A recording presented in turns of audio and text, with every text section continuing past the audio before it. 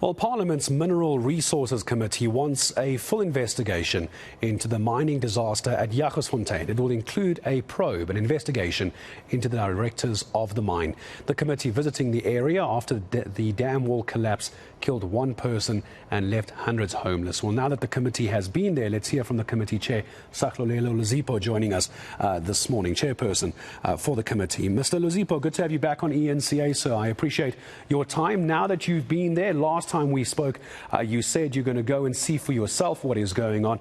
Just give me an idea then of what the committee had seen. Just how bad is this, and what are you hoping to now do with what you've seen?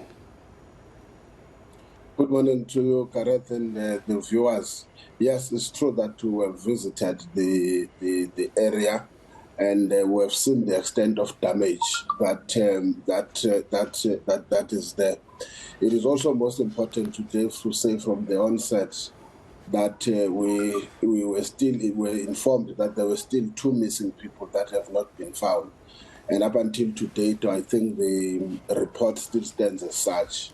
One of the most serious issues is that according to the report and what we saw, it was just a complete act of negligence and a failure to follow the required safety protocols. You will also recognize the fact that people have lost almost everything that they have. Also, in terms of the environmental impact, it is quite devastating. In terms of your agricultural activities, it is quite impossible at this stage in many of those areas that they can perform those things.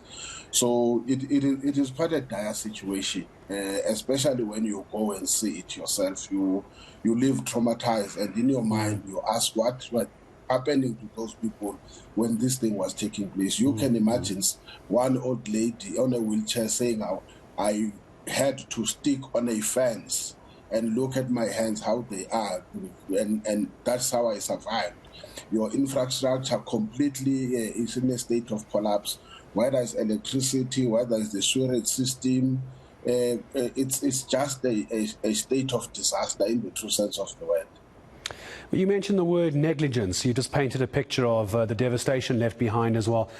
Who needs to take the fall for this? Because I understand the directors of the mine are also going to be looked at now. Do we know who these directors are, Mr. Luzipo? And how does an investigation into the directors of the mine actually work? How do you do that as a committee? Look, I think we must also say this thing first, Gareth, that we were quite worried that instead of the company taking responsibility of what had transpired, they saw it fit that before anything could subside, they then call one of the employees simply because they came to testify or to share what happened with the portfolio committee, and decided to call that person to a disciplinary hearing for sharing views with the portfolio committee, which we feel that it's a complete state of undermining. It means the manner in which they behave that they are above anyone in this country. Now, no individual can be blocked from sharing information with the portfolio committee of Parliament or with Parliament itself.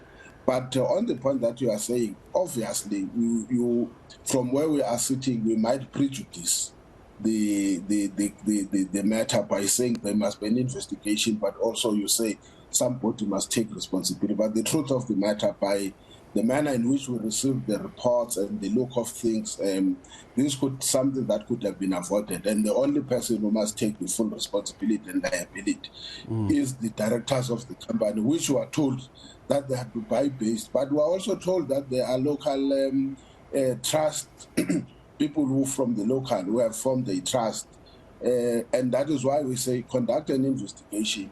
If there are individuals collaborating with the company in undermining labor law, in undermining health and safety, in undermining disaster management processes, then so let it be. But we also think that the Department of Water and Sanitation need to find a way to clear the issue with regards to the fact that that company was trading or was operating on a very dodgy grounds, because we were told some 2 years ago there was a 6-month suspension of operations due to non-compliance by the Department of Water and Sanitation.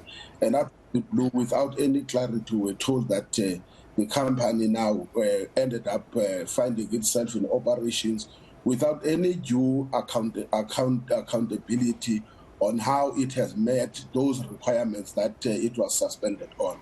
So yes, if you say who, from where we sit, definitely the directors must take the final responsibility, but from a government point of view, those issues also need to be clarified because they remain suspicious. Yeah, and I'm sure we're going to be following up with you as the committee as well as you look into these suspicious activities. Thank you for just painting the picture of how the investigations are going to be conducted and how you're going to get to that point. Mr. Luzipo, you and I have spoken for many, many years. I'm sure you won't mind me asking you this question as I say goodbye to you. You know I'm going to ask you to put on your former COSATU hat for just a moment. You were KZN Secretary for COSATU. There you go. You knew I was going to go here, didn't you? I just want to get your thoughts as a former COSATU member. What did you make of yesterday? You must have seen the story. What do you make of what happened at COSATU yesterday?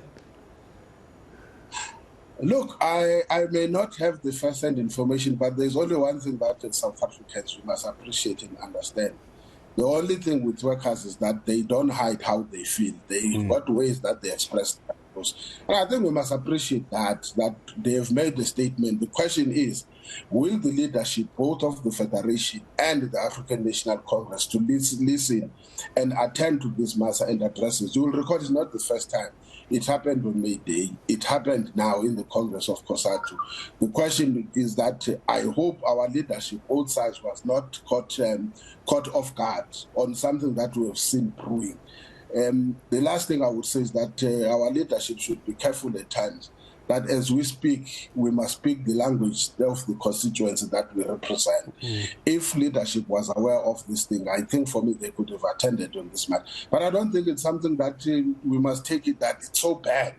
What is good is that workers are expressing their views, and as and when they express their views, we have to attend to it. Lastly, most definitely, it raises issues that we need to improve relations within the alliance, not on personal basis, but on the basis of a concrete program that addresses the interest of workers and the working class in general. And I think that, to me, is an issue from a leadership point of view. We must take it as a positive sign that you still have got workers who are not afraid to share how they feel, rather than to pretend and then everything cracks immediately after the National Congress. Well, thank you for indulging me on the last question. I think Mr. Luzipo knew I was going to go there. That was not part of my interview. No, it wasn't, so I appreciate you indulging me on that. I appreciate it. He is actually Parliament's Mineral Resources Committee chairperson, but I couldn't help but ask Mr. Sahlulele Luzipo, as well as you'll know, of course, former COSATU, KZN Secretary as well. Just wanted to get his thoughts on the heckling and the booing that we saw at COSATU yesterday. I know Mr. Luzipo wouldn't have minded me squeezing in that question. It is part of our viewer question.